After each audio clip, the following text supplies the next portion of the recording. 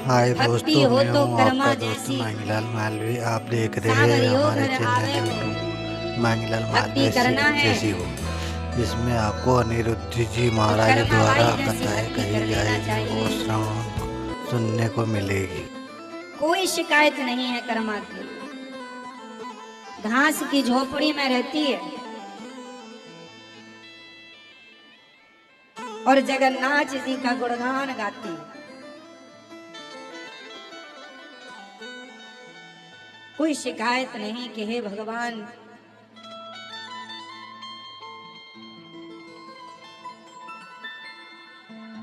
तुमने ये नहीं दिया, तुमने वो नहीं दिया।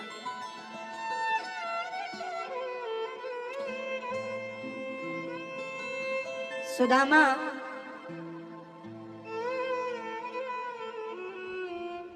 जी के यहाँ 4-4 दिन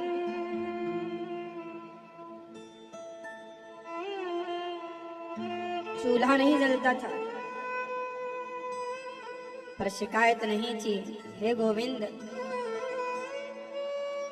जैसे आपको रखना है आप रखिए। ये समर्पण है।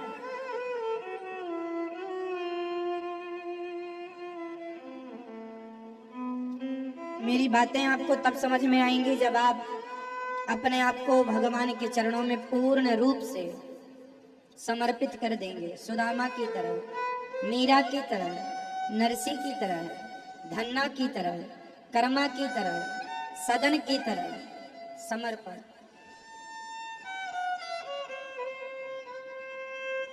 जीवाना जिलाना है तो जिलाओ और मारना है तो मार दो। न जीने का शौक है, न मरने का दुख है। न 56 भोग खाने की खुशी है, न नमक रोटी खाने का दुख है।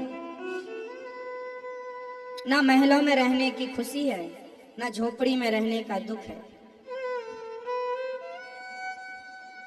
क्योंकि ये शरीर, ये जीवन न मेरा था, न मेरा है, न मेरा होगा। जिनका था मैं उनका हूं, जिनका है मैं उनके पास हूं, और जिनका होगा वो जाने कि क्या होगा। मैं कौन होता हूं चिंता करने वाला? मैं चिंतन करूं बस।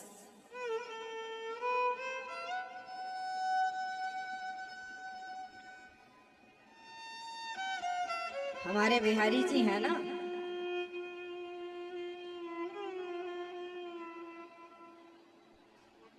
उन्हें सबकी चिंता है।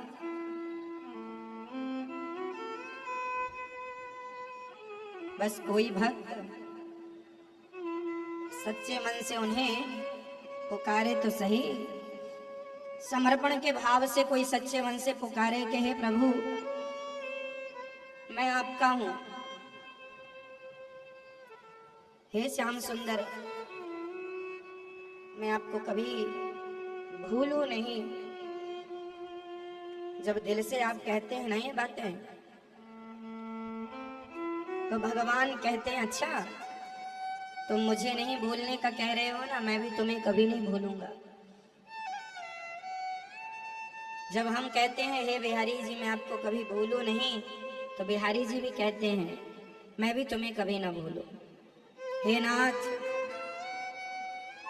अब आप ही बताइए, जब सब कुछ भगवान का है तो मैं घमंड किसका करूं?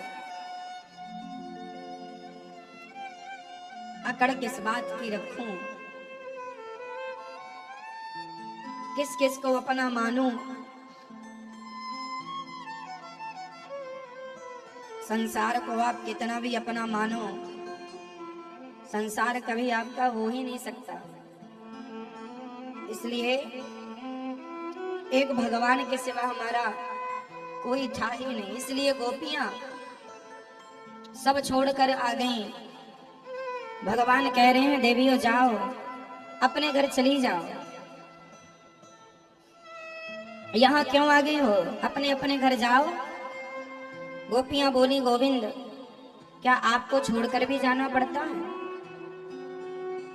आपको ही छोड़कर हम चली गई तो जाएंगी किसके पास? सबको छोड़ सकती हूं मैं, हे गोविंद आपको नहीं छोड़ सकती। इसलिए संसार से ज्यादा प्रेम ना कीजिए। आज नहीं कल, कल नहीं परसों, एक ना एक दिन जग छोड़ के जाना पड़ेगा जगन्नाथ जी के पास। तो आज ही रहो ना उनकी शरण में। जब कल जाना पड़ेगा तो आज ही रह लेने में क्या आपत्ति है? संसार के बनो ही क्यों? बन जाओगे फिर जाना पड़ेगा तो दर्द ज्यादा होगा।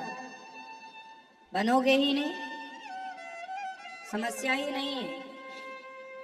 मैं जिनका था उन्हीं के पास हूं। मैं बिहारी जी का था, मैं बिहारी जी के पास हूं। यहां रखा है उन्होंने तो उनकी मर्जी से हूं। जहां भेजेंगे, जहां बुलाएंगे, जहां भेजेंगे खुशी खुशी जाने को तैयार हूं। संसार को अपना कभी माना ही नहीं दास ने। इसलिए महान भक्तों का चरित्र हमें सिखाता है कि भक्ति हो, प्रेम हो तो भगवान को प्राप्त करना कठिन नहीं है। आज भगवान क्यों नहीं मिलते? क्योंकि आप लोग सच्चे मन से कभी कहते ही नहीं कि हे प्रभु हमें स्वीकार कर लीजिए। आप मानते ही नहीं कि भगवान ही हमारे पिता हैं, भगवान ही हमारी माता है। आप तो दुनियादारी में उलझे रहते हैं। हमने हर बार ये बात कही है कि भगवान से बातें दिल से होनी चाहिए, केवल वाणी से, मुख से ना हो। मैं कोई भी बात दिल से कहूँ, हे श्याम सुंदर मैं आपको कभी भूलूं नहीं, ये बातें दिल से हों। हे प्रभु मैं आपकी हूँ, मैं आपका हूँ। हे बिहारी जी, हे जगन्नाथ जी, मैं अपने आप को आपके श्री चरणों में समर्पित करता हूँ। जब ये बात आप दिल से कहेंगे ना तो आपकी आंखों में आंसू आएंगे। बस ये आंसू ही इस बात का गवाह है कि बातें हमने दिल से कही हैं। और भगवान कोई मेवा मिष्ठान के भूखे नहीं है। चढ़ा सको तो श्रद्धा के दो आंसू भगवान के चरणों में रोज चढ़ाया करो। भगवान प्रसन्न हो जाएंगे श्रद्धा के आंसुओं से। कर्माबाई नाम की एक बेटी थी।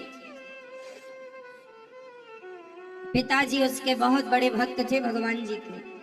एक दिन परदेश जाने लगे, कहा बेटी तुम ही भोजन बना के भोग लगाना।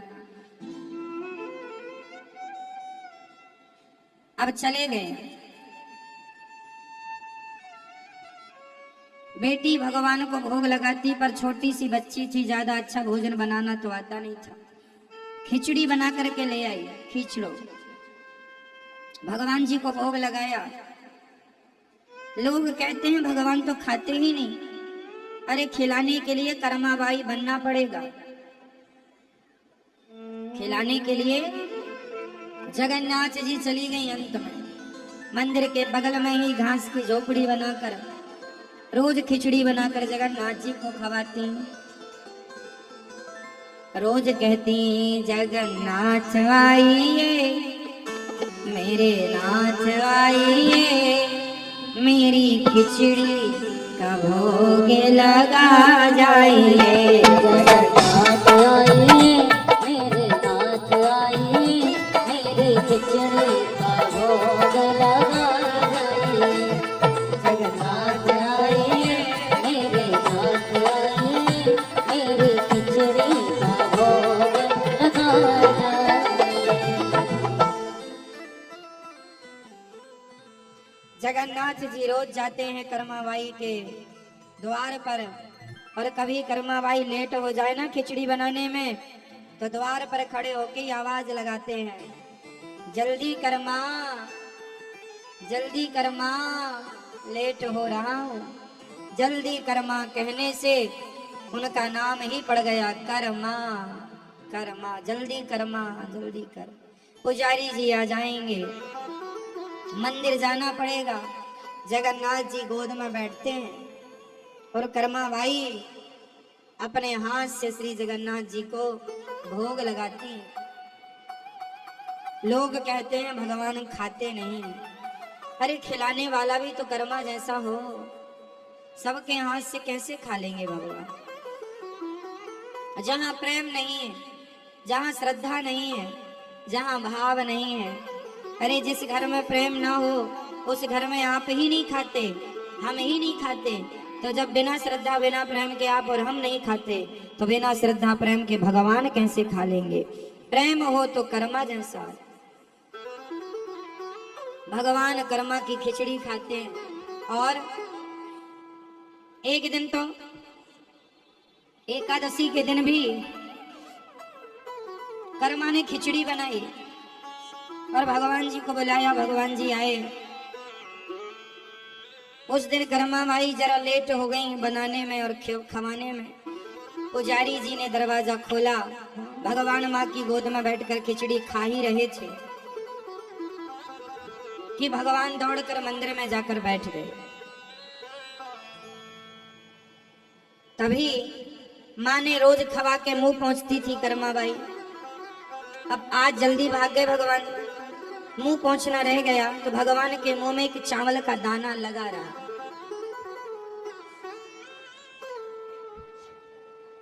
तभी पुजारी जी ने गौर से देखा कि भगवान जी के मुख में चावल का दाना है। देखा तो गरम भी था अर्थात ताजा था। समझ गए किसी ने मंदिर में घुस के भगवान जी को भोग लगाया है, पर घुसेगा कौन, दरवाजा तो बंद था। गांव में मुनादी दिलवाई गई, कौन है जो भगवान जी के मंदिर में घुसा भोग लगाया सवेरे से। कर्मा दौड़ी दौड़ी आई, महाराज में मंदिर में नहीं घुसी, भगवान खुद रोज कुटिया में आते हैं और मैंने खवाया है। लोगों को विश्वास नहीं हुआ कि भगवान तेरे घर जाके खाएंगे। दूसरे दिन सबने कहा यदि हमें कल दिख गए खाते हुए तो मानेंगे, वरना तुझे दंड दिया जाएगा। कर्मा भाई रोज की तरह आज भी खिचड़ी बनाती है, जगन्नाथ जी को बुलाती है, भगवान आते हैं, गोद में बैठते हैं, खवाती है। पुजारी खड़े हैं, सब किसी को दिखाई नहीं पड़ रहे हैं। पुजारी ने कहा कर्मा कहाँ है तेरे भगवान, ये बैठे तो हैं मेरी गोद में, खा तो रहे हैं। कर्मा ने भगवान जी से कहा प्रभु क्या पुजारियों को दर्शन नहीं दे रहे हैं। भगवान ने कर्मा से कहा क्या बताऊं माँ, ये जो पुजारी लोग हैं, ये जो लोग हैं ना, ये तेरे जैसे शुद्ध मन वाले नहीं। जितना शुद्ध हृदय तुम्हारा है इनका नहीं है, और जिसका हृदय तुम्हारे जैसा निर्मल हो जाए मैं उन्हीं को दिखता हूँ, वरना सबको दिखता नहीं। लोग कहते हैं ना भगवान क्यों नहीं दिखते, अरे देखने के लिए भी हृदय कर्मा सा चाहिए, हृदय कर्मावाई का चाहिए। लाओगे कहां से इतना शुद्ध करोगे। तुम्हारे हृदय में तो ईर्ष्या द्वेष छल ही भरा पड़ा है। इसलिए रोज कहता हूँ निकाल बाहर करो ईर्ष्या द्वेष झूठ कपट निंदा चुगली, मन को शुद्ध करो।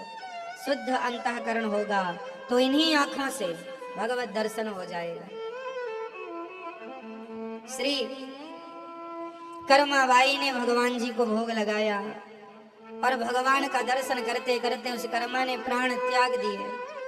कर्मा ने कहा प्रभु इनको दर्शन दो। तब कर्माबाई के कहने से पुजारियों को दर्शन हुआ और कर्मा के प्राण छूट गए। जब कर्मा मरी तो रोने लगे भगवान जगन्नाथ जी। देखिए भक्त के मरने पर भगवान रो रहे हैं। जगन्नाथ जी की आंखों में आंसू आ गए। पुजारियों ने कहा जगन्नाथ जी आप क्यों रो रहे हैं। भगवान ने कहा कि अब कौन मुझे खिचड़ी खवाएगा, कौन मुझे इतना लाड़ करेगा, कौन मुझे इतना कर्मा की तरह बुलाएगा।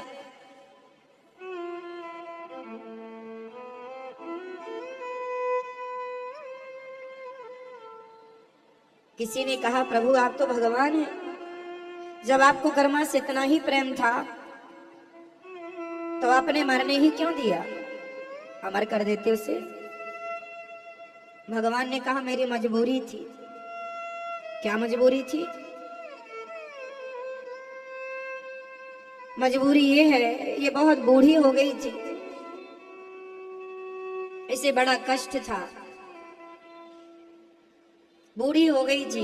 ये संसार है ना, संसार में जो आता है उसे संसार के हिसाब से चलना ही पड़ता है।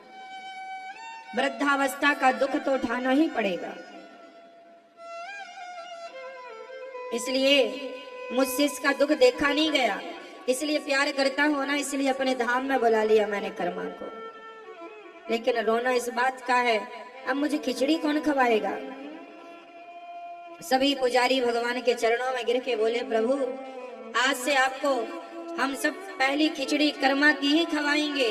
तब से आज तक कई सदियां बीत गईं, आज तक पहला भोग जगन्नाथ जी को कर्माबाई की खिचड़ी का ही लगता है। आज तक कर्माबाई की खिचड़ी से ही ठाकुर जी भोग लगाते हैं। भगवान कोई वस्तु के भूखे नहीं है भक्तों। कौन सी वस्तु है हमारे पास, कौन सी संपत्ति है बताओ जो हम दे सकते हैं भगवान को।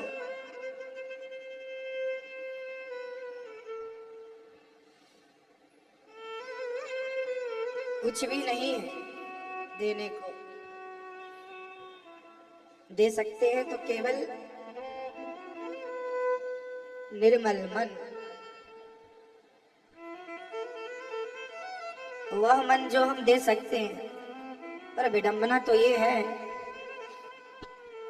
कि हम वही नहीं देना चाहते, बाकी सब चढ़ा रहे हैं। मेवा, मिष्ठान, फूल, तुलसी सब दे रहे हैं भगवान को।